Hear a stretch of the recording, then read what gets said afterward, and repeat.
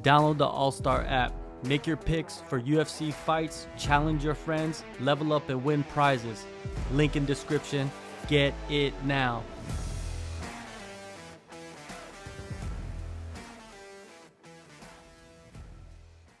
Hello, Assalamu alaikum. My name is Fiza Nazir. I'm an amateur MMA fighter. I'm from India and currently fighting out of Bangtao MMA.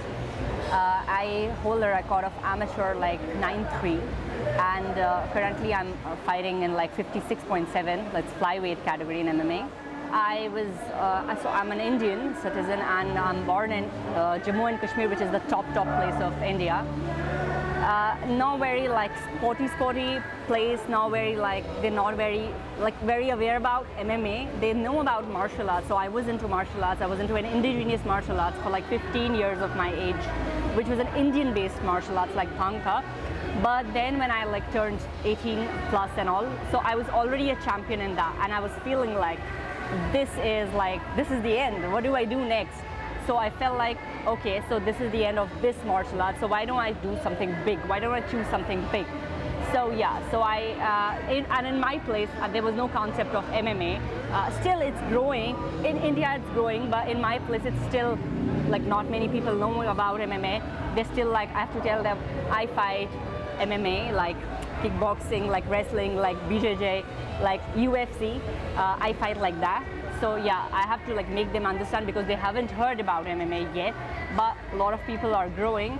So it was very hard for me to like switch from a small, like jump into a bigger martial arts platform, which wasn't easy, but alhamdulillah, I made it, so I'm here today. So I have a sister, I don't have a brother, and so I'm a Muslim, and in my place like there are not many fighters and not many athletes who are girls, and so when I was into martial arts, my father wanted me to become an athlete, so whatsoever athlete. There was no specification of he wanted me to be a footballer, although he wanted me to be a footballer, but I had no interest in football. I wanted to be a martial arts fighter because I wanted to do something aggressive. And then he was like, okay, do whatever you want to do. I will support you till the end. Like, okay, he's with me in Bangtao right now. My parents are living with me. They have come to meet me. I think because of them, because of my parental support, if I get a mental breakdown or if I'm sometimes just want to quit, or sometimes I just feel like no. And my parents would be like, no, you have come this far. We won't let you give up. So they're like the rubber band pushing me always, you know, you don't have to stop here, you have to keep on going. So like they have a big role in my life as my support system.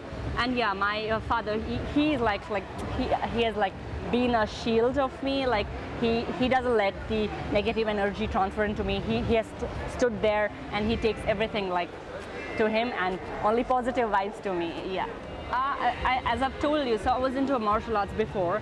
So I was like, I think 5-6 years old when I joined the martial arts, and I grew up like a martial artist. It was not something which I chose in the middle of my life. I was a martial artist before.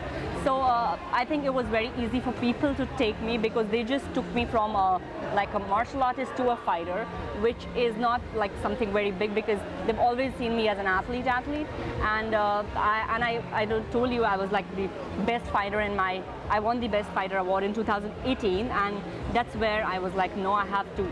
So when I switched in 2018 to MMA, it was nothing big for them because they were already like comfortable with my like sports, with my thing and all. So there was like no big change they saw in me. I think like people's mindset is changing, but not towards MMA that much because it's like a very aggressive sport. I can say if I was a runner or a weightlifter or any other form of sports, they might appreciate me at a moment, but me being an MMA fighter, people will always question me like, this is really hard, like this is really aggressive, like how do you do that? So I mean, when I go back home and after my fights, I have a lot of injuries, and I have a lot of in training also have a lot of injuries and all. I try not to show them, because what they'll feel is like this is the negative side. Like they'll never feel the positive like part of the sports, what sports gives us basically. They'll always think like this is an aggressive sport. No, we would not let our kids, we would not let our children do this ever. But yeah, I would say like for MMA, they're not that much okay. But for other sports, they are maybe okay. But when you become champion, everybody was okay with everything, like they're okay with it. Like they want their kids to be a champion, but they don't want the road to champion like that. So everything has its pros and cons. The pros were like I'm getting like I'm not getting public because I'm getting fame or something. I'm getting like a lot of people are getting inspired by me. A lot of youth is getting inspired from me. Like in my place, like a lot of people see me as a role model. But the other side of that is like it gives like a lot of performance pressure. When you fight, everybody knows you're fighting, and if by any chance you lose the fight, people really don't remember the fights you won. People will remember that one fight you've lost. So everything, like I think being famous in your own part of like India or my Kashmir, being famous has its own pros but its own cons as well. So it's like it's bit, but I think when you are a fighter, you really don't think about what people think. I think your goal should be your cage, you, your mats. Your cage, you, and your mats.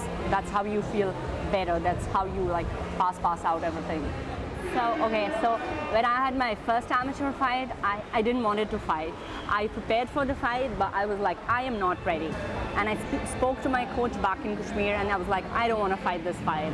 And I remember my coach, he was a BJJ coach, Rufed. He was like, calm down. You don't know anything. You know a lot of things. Keep that things in mind. Just think she's an amateur too. She also has like 4 limbs. You have 4 limbs. She has 1 head. You have 1 head. So use your like you just think like she's an amateur fighter. She's not a pro. You're not fighting a pro. So just think like that. Easy. Take it easy. Breathe in, breathe out, and go to the cage and fight. I guess when I went into the cage and I was like, something is like pushing me forward till the cage. But once I entered the cage, I forgot the world. I think that's the best feeling a fighter can have, because I think you're anxious about the fight. You have like stress of the fight till the door of the cage. Once it gets locked, you forget the world. I think but I think like my first fight, and even if now I fight, the pressure, the anxiety, the fear is all same. But yeah, one thing I can say, the IQ is better now. I know how to deal with fighters.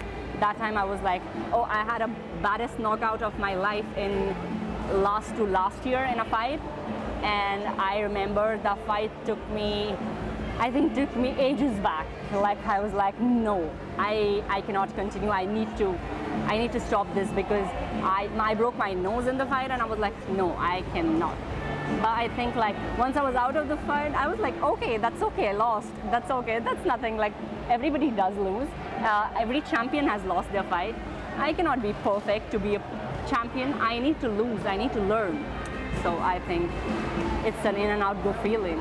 Okay, so I had already like fought my finals, and I had won my finals, and I was chilling. I was like happy to win gold. But then one of my coaches come to me, and he was like, you have been nominated for the award. I was like, what award? He was like, best fighter of the year. And I was like, oh, do I deserve it? I don't think I deserve it. But then he was like, yeah. And after some moments, and when they announced my name, and when my life changed upside down. I can see, like, I was just Fiza Nazir till that, and then I became like the Fiza Nazir of my place, because it changed everything. Like everything got changed. I think that was the time when I was like, okay, this is a life changer of my place. And my coach sitting in the corner, he said like, now this girl is gonna go heights. This win is gonna give her heights. So yeah, but I think like that fight gave me a lot of motivation to do, because I felt like I never like worked for that award, but I got that award. So I was like, I think I'm capable of a lot of things which I haven't dreamt of. So I should start dreaming about it, and I should like start pursuing my goals, and I should work for it. And that's how I think I started working double, triple hard, tetra hard in my life. I wanted to train in Thailand, so I had a place like I would go to Thailand, or I would go to Abu Dhabi, and I wanted to like go to Middle East and start fighting over there from there. But then it was me and my friends. I always had a bucket list of training. So we are fighters, so we don't want to go to places to like, cool, we have a bucket list, like we want to train in this, we want to train in that. So Bangtao was the first priority, and then that was just checking out. So I came here and I was like, it was June, and I was like, I'll go there for a month and I'll train there and I'll come back. And this is another year, June coming, and I'm still here. It's like 10 months already, I don't believe. Like, oh my God, I ended up here. Although I like fought like many tournaments from Bangtao, but I did go and I came back. I don't want to go back to any zone now. Bangtao is the best place for any athlete who wants to like grow. I think like, so it is hard, but I think it's my religion. It's not the tradition, so nobody forces you to do it. It's my own choice. I don't think so anything is bigger than my religion. So if I have to be good, I need to be good in every aspect of my life. I can't be a good athlete and not a good Muslim. I can't be a good human and not a good fighter. I have to be a good in like everything. Like I need to be a good Muslim, I need to be a good fighter. So I need to balance everything. So I can't be like, my graph should be like this. It should not be like this. So I want to be a good person overall. So I don't want to give up on anything, or I don't want to get comfortable with like what things are not good for me. So that's why I need to carry it. It's a pleasure, like it's peace to be like covered all the time, and trust me, it's an inner satisfaction, like you are like doing it in your like era of life. So it's peace. I think they will, and I think this is like, I don't think so they have problem with the costumes unless and until it comes in the era of them, because UFC or any other big promotion, what their main criteria is like to be in their like era of wearings, because some girls put on sandals but some wear spaghettis and some wear shorts and some wear tights. So I don't think so they really have problem with the outfits. And if they have, I try to because it's not something which is gonna hamper opponent, because this is my thing. Like, yeah, unless and until I'm not pinning it up, unless and until I'm not tying it up with anything, so that my opponent has problems, her fingers, or she get hurt. If everything is clean, I think they will. Yeah, of course they will, because IMAF does it. Like, IMAF is the biggest MMA promotion for amateur athletes. They do it. Like, they allow it. I think they will, yeah, because it's not hampering my opponents any way of safety, so they should. I think like if you really like are super good, I think no one would ever stop you from anything. Like you can't be like average, because if you're average, people can give up on you, but if you're the top, you'll be taken on top for sure. Like these things won't even matter to you, trust me. Like I don't think so somebody would stop you because you're wearing a hijab, and somebody would stop you because you're doing this, because you're doing that. There are so many male UFC fighters in UFC, and they are not okay with so many other protocols, but they are the best. And UFC is okay with them, like, because they are the best. UFC can't give up on like these small things.